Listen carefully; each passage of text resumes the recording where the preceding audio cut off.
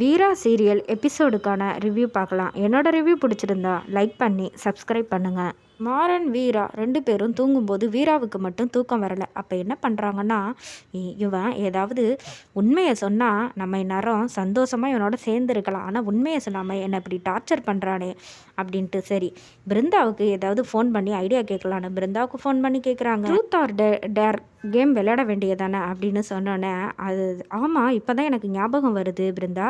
சரி நான் எப்படியாவது அந்த கேமை விளையாண்டு நமக்கு பிடிச்சவங்க ஏதாவது மறைச்சாங்கன்னா அவங்கக்கிட்ட வந்து உண்மையை வாங்குறதுக்கு தானே அந்த கேம் அப்படின்னு சொல்லிட்டு, சரி நீ ஃபோனை வச்சிரு, காரணம் மிட் நைட்டில் எழுப்பி என் கூட வந்து கேம் விளையாடி எனக்கு தூக்கம் வரல அப்படின்னு சொன்னோன்னே, என்ன கேம் விளையாடணும் இந்த நேரத்தில் அப்படின்னு கேட்டோன்னே, ட்ரூத் ஆர் டேர் கேம் தான் விளையாடணும் அப்படின்னு சொல்லிட்டு, சரி நான் சொல்கிறதெல்லாம் நீ ட்ரூத்துன்னு சொல்லணுன்னொன்னே, நீ சொல்கிற மாதிரியே நான் ட்ரூத்துன்னு எப்படி சொல்ல முடியும், என் மனசில் என்ன தோணுதோ அதை தானே நான் சொல்ல முடியும்னோன்னே, நீ ட்ரூத்து தான் சொல்லணும் அப்படிங்கிற மாதிரி சொல்கிறாங்க.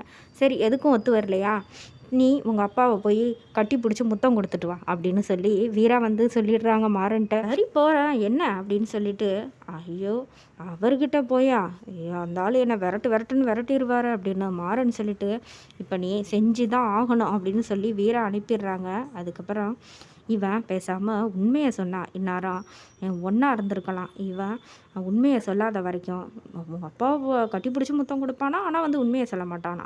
நீ என்கிட்ட ஏதாவது மறைச்சிருக்க அப்படின்னானா, ஐயோ திரும்ப நீ கேள்வி கேட்காத, நான் போய் எங்கள் அப்பாவுக்கே முத்தம் கொடுத்துட்டு வந்துடுறேன்ட்டு மாறன் வந்து போகிறாரு. அப்போ முத்தம் கொடுக்கலான்னு அப்படியே ராமச்சந்திரன் முகத்துக்கிட்ட போனோன்னே பெட்ஷீட் எடுத்து முகத்தை மூடு அடின்னு அடித்து, வள்ளி மாறா ராகவா எல்லாரும் வாங்க அப்படின்னோடனே எல்லாரும் குமுறுன்னு குமிடுறாங்க.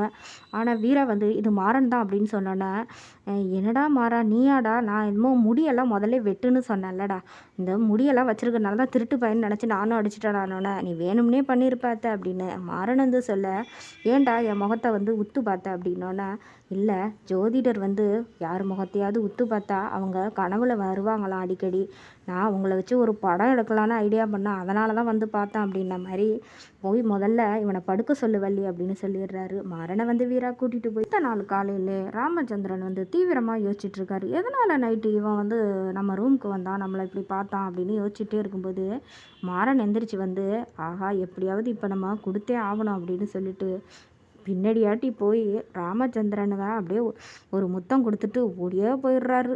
அப்போ டேய் என்னடா இது வேலை பண்ணி வச்சிருக்க அப்படின்னு சொல்லி ராமச்சந்திரன் கேட்க, வள்ளி வந்து வராங்க. என்ன இங்கே ஒரே சத்தமாக இருக்குன்னு கேட்க, உன் மருமகனை ஒழுங்காக இருக்க சொல்லு, அவன் என்ன தெரியுமா பண்ணான், என் கன்னத்தில் அவன் என்ன பண்ணான்னு உனக்கு தெரியுமானோன்னா, ஐயோ உங்களை அடிச்சிட்டானா, அவனை இப்பயே கூப்பிட்டு கேட்குறேன்னு மாறா அப்படின்னு சொல்லி கூப்பிடுறாங்க. அப்போ ராமச்சந்திரனும், அவன் அடிக்கல வள்ளி, வேற ஒன்று பண்ண என்னன்னு சொன்னால் தானே தெரியும்னோடனே, என் கன்னத்தில் முத்தம் கொடுத்துட்டு போயிட்டான்னொடனே வள்ளி வந்து சிரிக்கிறாங்க.